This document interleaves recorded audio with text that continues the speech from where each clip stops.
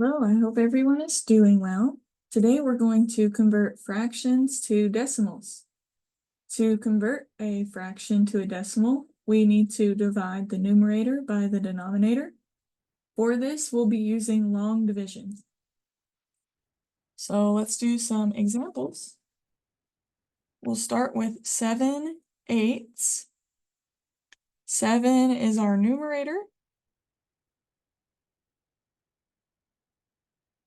And 8 is our denominator.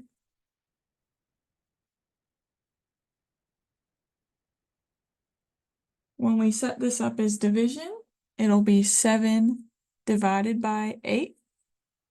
And we need this to be long division, so we'll put 7 on the inside of our division sign and 8 on the outside. Since 8 is greater than 7, we're going to start by putting a decimal point down, and we can put a 0 here as well because 8 can go into 7 0 times. After we've got our decimal point down, we can put a 0 after our 7 and say 8 can go into 70, and 8 goes into 70 8 times. We'll put the 8 over our 0. 8 times 8 is 64. So we'll subtract. When we subtract, we'll be left with 6. 8 can't go into 6, so we will actually put another 0 down to bring down. 8 can go into 60 7 times. We'll put the 7 over our 0, and I'm going to extend my line too. 8 times 7 is 56.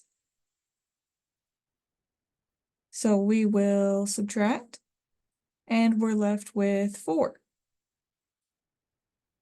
Oh, I'll put the 0. I got ahead of myself.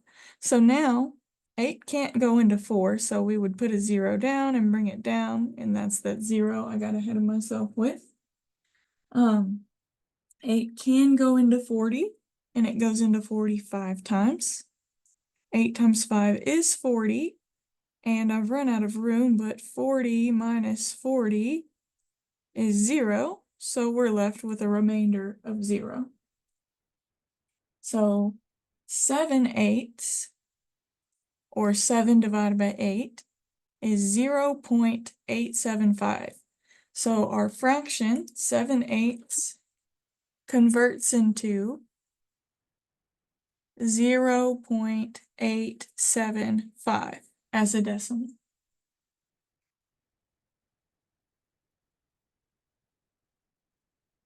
The most straightforward way I can think of for making a fraction into a decimal is the long division, so we'll do a couple more of these.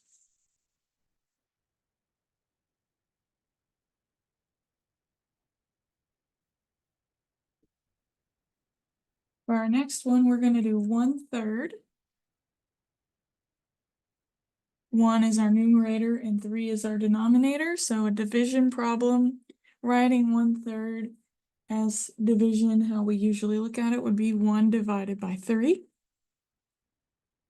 And 1/3 in the long division sign is going to be 1 on the inside and 3 on the outside.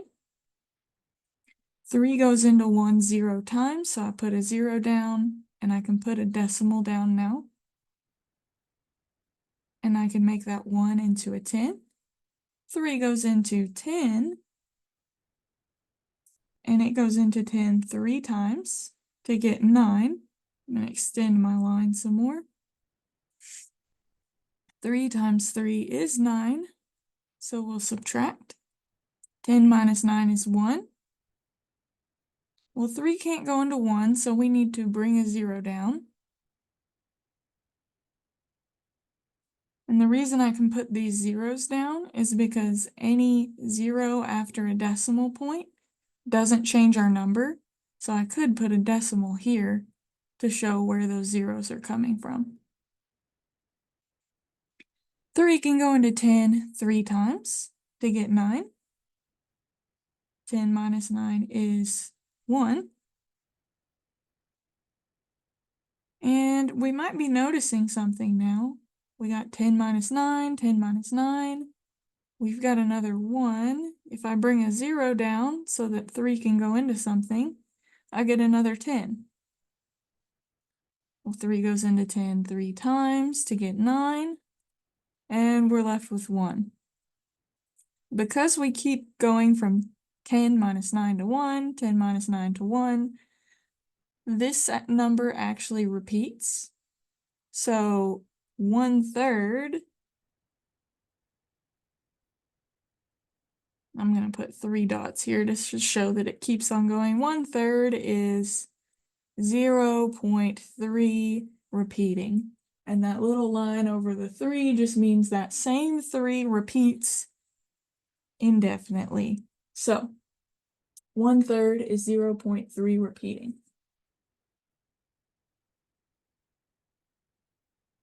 And we'll do one more to show one other scenario we could have.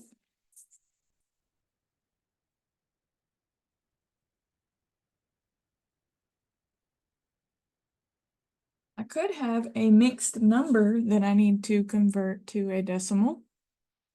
So I could have 5 1/10.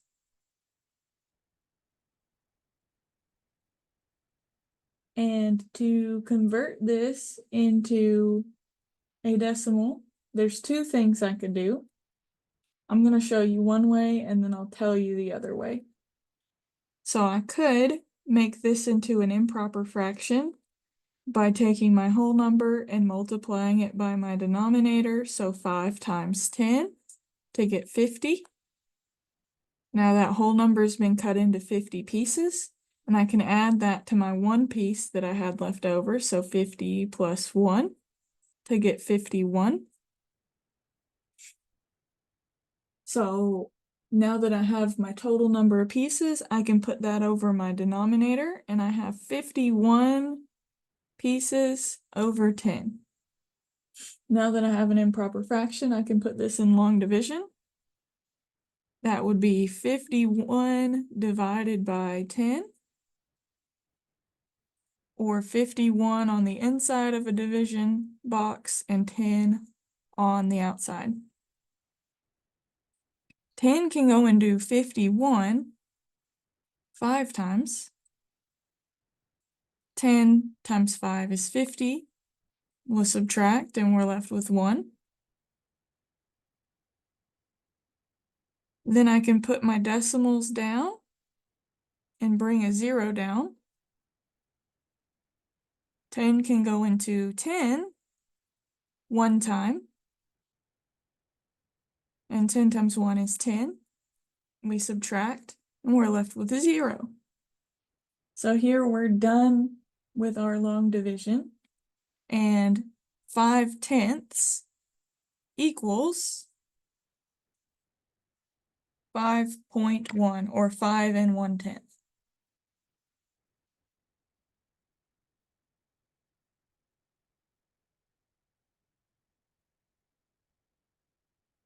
Another thing we could have done that maybe would save us a little bit of work, when we have a mixed number, that whole number is going to be our whole number for our decimal.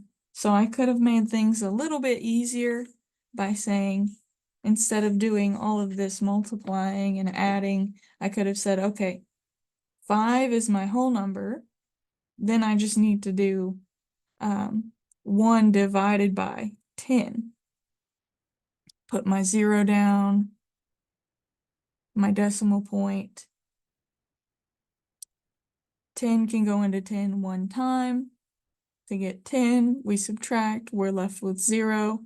So I know this 0.1 will get added to my whole number 5 that I pulled away. So that's 2 ways you can do a mixed number to a decimal. That's all I've got for today, so I'll let y'all go. If you have any questions that you want answered, please feel free to reach out and let me know, and it will be covered in one of our next recordings.